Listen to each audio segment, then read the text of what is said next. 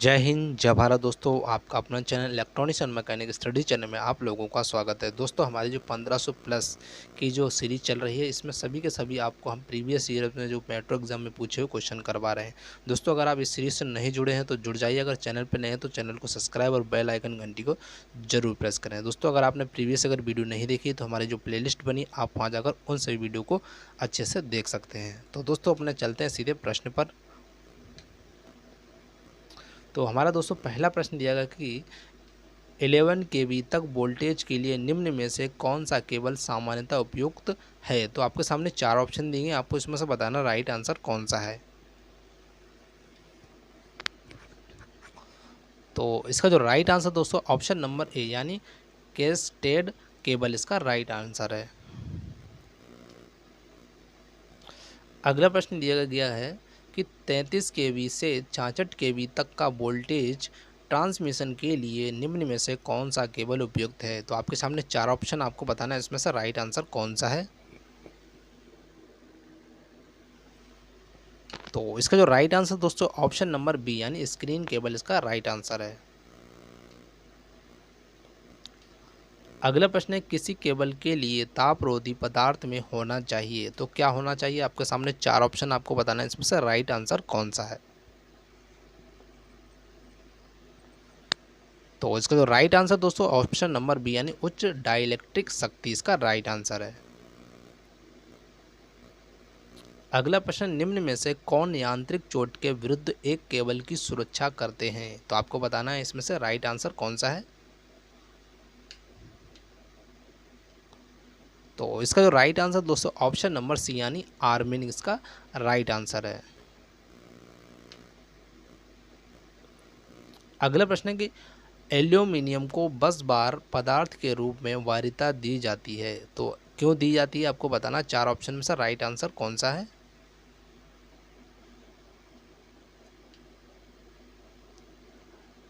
तो इसका जो राइट आंसर दोस्तों हुआ है ऑप्शन नंबर सी यानी निम्न लागत के कारण इसको जो वरीयता दी जाती है। अगला प्रश्न है कि ट्रांसमीटर लाइन के लिए इस्पात पोल को इनमें से सुरक्षित रखने की आवश्यकता है। तो आपके सामने चार ऑप्शन, आपको बताना है इसमें से राइट आंसर कौन सा है।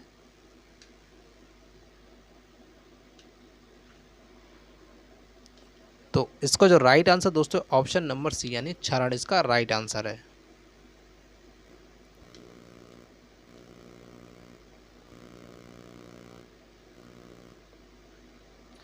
अगला प्रश्न दिया गया है हमारा है कि जो ट्रांसमिशन लाइन के लिए स्मार्ट पोल को इससे सुरक्षित रखने की आवश्यकता होती है। तो मतलब किससे सुरक्षित रखने की आवश्यकता होती है, आपको बताना चार ऑप्शन में से राइट आंसर कौन सा है।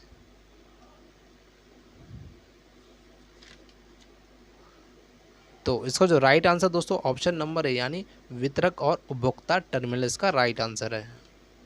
अगला प्रश्न हमारा दिया गया है कि निम्न में से कौन सा साधारण उत्पीड़न वोल्टेज नहीं है। तो चार ऑप्शन आपको बताना है इसमें से राइट आंसर कौन सा है।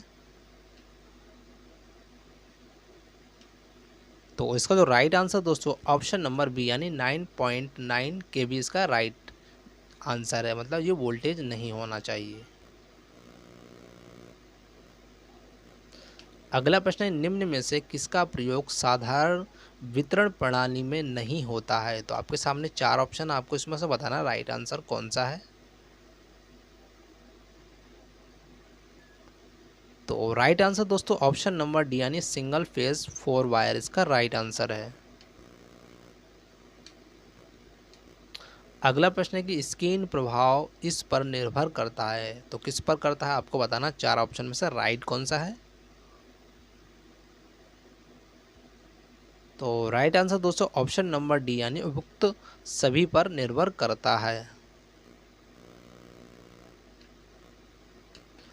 अगला प्रश्न है कि स्लिप लिट फेस मोटर की आवश्यकता होती है। तो क्यों होती है, आपको बताना चार ऑप्शन में से राइट कौन सा है। तो राइट आंसर दोस्तों ऑप्शन नंबर ए यानी एकल फेस एसी प्रपथ के लिए। अगला प्रश्न दिया गया है कि तीन कोर फ्लेक्सिबल केबल के मामले में न्यूट्रल का रंग होता है? तो 4 ऑप्शन आपको बताना है, इसमें से राइट आंसर कौन सा है?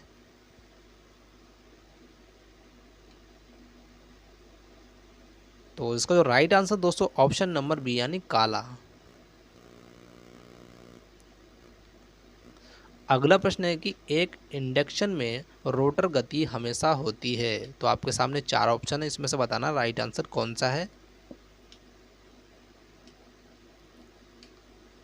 तो इसका जो राइट आंसर दोस्तों हुआ है हमारा ऑप्शन नंबर ए यानी स्टेटर गति से कम। अगला प्रश्न है कि एक ट्रांसफॉर्मर अधिकतम होता है। तो आपके सामने 4 ऑप्शन दिए गए हैं, इसमें से आपको बताना राइट आंसर कौन सा है।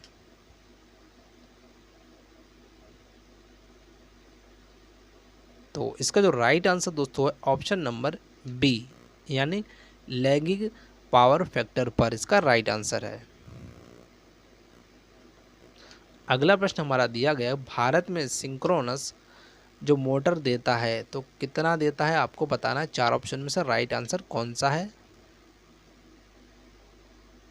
तो राइट आंसर दोस्तों हमारा ऑप्शन नंबर डी यानी ए और बी मतलब 11 किलो वोल्ट्स और 33 केवी वोल्ट इसका राइट आंसर है। अगला प्रश्न है कि 2 वाट मीटर पद्धति इसके लिए लागू होती है। तो आपको बताना 4 ऑप्शन में से राइट आंसर कौन सा है। तो इसका राइट आंसर दोस्तों ऑप्शन नंबर सी यानी स्टार जुड़ी और डेल्टा जुड़ी दोनों प्रणाली।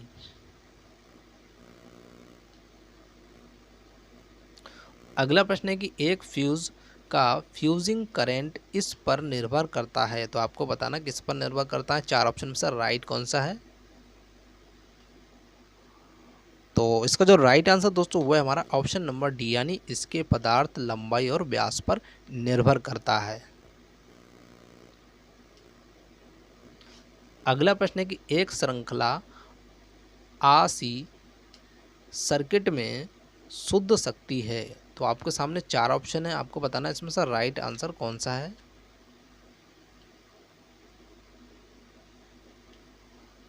तो इसका जो राइट आंसर दोस्तों वो है हमारा ऑप्शन नंबर बी यानी धनात्मक। जो एक श्रृंखला आरसी सर्किट में शुद्ध शक्ति है वो धनात्मक होती है। अगला प्रश्न है कि एक विशुद्ध रूप में प्रतिरोधक सर्किट के लिए शक्ति वक्र शून्य ही है जब। तो कब होगा शून्य। तो आपको बताना 4 ऑप्शन में से राइट आंसर कौन सा है।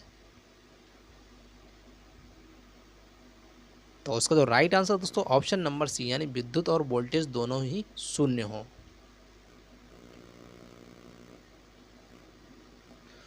अगला प्रश्न है कि एसी सर्किट में अधिकतम विद्युत आवश्यकता होती है। तो आपके सामने 4 ऑप्शन आपको बताना है इसमें से राइट आंसर कौन सा है। तो इसका जो राइट आंसर दोस्तों ऑप्शन नंबर बी यानी प्रभावी विद्युत के 1414 बार।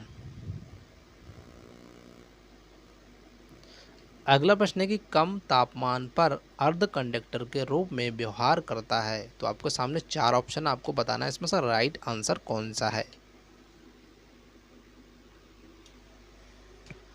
तो इसका जो राइट आंसर दोस्तों ऑप्शन नंबर सी यानी परिपूर्ण कंसुलेटर इसका राइट आंसर है। अगला प्रश्न है कि समांतर में जुड़े 4 ओम और 12 ओम के प्रतिरोध के बीच समरूपी प्रतिरोधी की गणना करें। तो आपके सामने 4 ऑप्शन आपको बताना है इसमें से राइट आंसर कौन सा है। तो इसका जो राइट आंसर दोस्तों ऑप्शन नंबर सी यानी 3 ओम इसका राइट आंसर होगा। दोस्तों हमने आपसे कह दिया है कि एक न्यूमेरिकल की एक अलग से क्लास रखेंगे जिसमें आपको केवल हर टॉपिक के न्यूमेरिकल ही करवाएंगे। तो आप टेंशन ना लें, न्यूमेरिकल आपको बिल्कुल सॉल्यूशन के साथ करवाएंगे। अगला प्रश्न है कि 2 विपरीत बिंदुओं के समरूपी प्रतिरोध की गणना करें जब 4 ओम और 12 ओम के 2 प्रतिरोधक समांतर में जुड़ा हो और 6 ओम का एक प्रतिरोध क्रम में जुड़ा हो। तो आपके सामने 4 ऑप्शन आपको बताना है इसमें से राइट आंसर कौन सा है। तो इसका जो राइट आंसर दोस्तों ऑप्शन नंबर ए यानी 9 ओम इसका राइट आंसर होगा। अगला प्रश्न है कि 6 केवी की ऊर्जा 10 सेंटीमीटर में 40 मीटर विस्थापन का कारण बनती है। तो आपके सामने 4 ऑप्शन आपको बताना है, इसमें से राइट आंसर कौन सा है। तो राइट आंसर दोस्तों ऑप्शन नंबर ए यानी 500 वाट इसका राइट आंसर है। अगला प्रश्न है कि आईईई नियम के अनुसार उच्च वोल्टेज सीमा है, तो आपको बताना वह उच्च वोल्टेज सीमा कौन सी है। तो आपके सामने 4 ऑप्शन आपको बताना है, इसमें से राइट आंसर कौन सा है। तो राइट आंसर दोस्तों ऑप्शन नंबर ए यानी वोल्टेज 33,000 वॉट से अधिक नहीं होता है। अगला प्रश्न है हमारा, फ्लोरोसेंट ट्यूब परिपथ में चौक जुड़ा होता है। तो आपके सामने 4 ऑप्शन आपको बताना है, इसमें से राइट आंसर कौन सा है। तो राइट आंसर दोस्तों ऑप्शन नंबर ए यानी लैंप के साथ सीरीज में जुड़ा होता है। अगला प्रश्न है कि एक विद्युत हीटर को 100 वाट 200 वोल्ट की श्रेणी दी जाती है, तो करंट प्रवाह की मात्रा ज्ञात करें। तो इसका जो राइट आंसर दोस्तों हुआ हमारा ऑप्शन नंबर ए 0.5 एम्पियर। अगला प्रश्न है कि स्टेप अप ट्रांसफार्मर का प्रयोग किया जाता है। तो आपके सामने 4 ऑप्शन आपको बताना है, इसमें से राइट आंसर कौन सा है। तो इसका जो राइट आंसर दोस्तों वो हमारा ऑप्शन नंबर बी यानी विद्युत घंटी। अगला प्रश्न है कि इलेक्ट्रिक बल्ब का फिलामेंट बना होता है। तो आपके सामने 4 ऑप्शन आपको बताना है, इसमें से राइट आंसर कौन सा है। तो इसका जो राइट आंसर दोस्तों वो है हमारा ऑप्शन नंबर सी यानी टंगस्टन का बना होता है।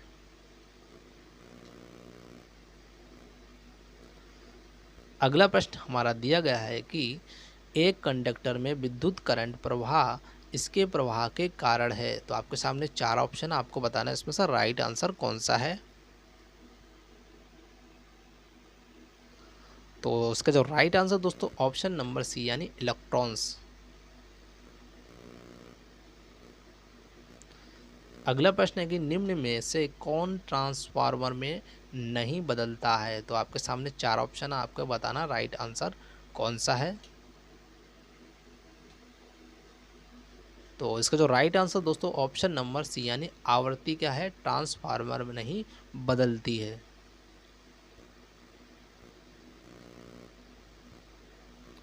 अगला प्रश्न है कि 3 मूल विद्युतीय परिणाम क्या होते हैं। तो आपके सामने 4 ऑप्शन आपको बताना है, इसमें से राइट आंसर कौन सा है।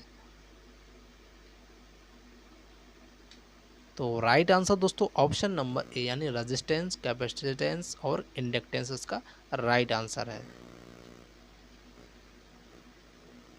अगला प्रश्न है कि एक ट्रांसफार्मर कोर से लेमिनेटेड होता है। तो आपके सामने 4 ऑप्शन आपको बताना है, इसमें से राइट आंसर कौन सा है। तो इसका जो राइट आंसर दोस्तों ऑप्शन नंबर बी यानी एडी करंट क्षति कम करने के लिए। अगला प्रश्न है ट्रांसफार्मर द्वारा दिए गए भार रहित करंट पूर्ण भार करंट का लगभग कितना प्रतिशत है। तो आपके सामने 4 ऑप्शन आपको बताना है, इसमें से राइट आंसर कौन सा है। तो इसका जो राइट आंसर दोस्तों ऑप्शन नंबर बी यानी 2 से 5% इसका राइट आंसर है। अगला प्रश्न है कि ट्रांसफार्मर पर कोई भार निर्धारित नहीं किया जा सकता है। तो आपके सामने 4 ऑप्शन आपको बताना है, इसमें से राइट आंसर कौन सा है।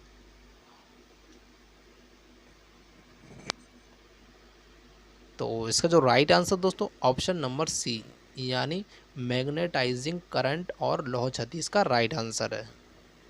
अगला प्रश्न हमारा दिया गया है कि ट्रांसफार्मर तेल की डाइलेक्ट्रिक शक्ति हो सकती है। तो कितनी हो सकती है, आपके सामने 4 ऑप्शन आपको बताना है, इसमें से राइट आंसर कौन सा है। तो इसका जो राइट आंसर दोस्तों ऑप्शन नंबर बी यानी 33 केवी इसका राइट आंसर है। अगला प्रश्न है कि एक ट्रांसफार्मर की दक्षता अधिकतम होगी जब, तो कब होगी। तो आपके सामने 4 ऑप्शन आपको बताना है, इसमें से राइट आंसर कौन सा है। तो राइट आंसर दोस्तों ऑप्शन नंबर डी यानी कॉपर क्षति और बराबर लौह क्षति जब बराबर हो जाएंगे तब ट्रांसफार्मर की जो दक्षता वो अधिकतम होगी। अगला प्रश्न है कि निम्न में से कौन ट्रांसफार्मर स्थापित करने का एक भाग नहीं है। तो आपके सामने 4 ऑप्शन आपको बताना है, इसमें से राइट आंसर कौन सा है। तो इसका जो राइट आंसर दोस्तों ऑप्शन नंबर डी यानी एक्साइटर, इसका जो ट्रांसफार्मर स्थापित करने वाला भाग नहीं है। तो दोस्तों ये हमारा पार्ट यहीं कंप्लीट हुआ है, मिलते हैं नेक्स्ट पार्ट में। Thank you for watching this video. जय हिंद, जय भारत।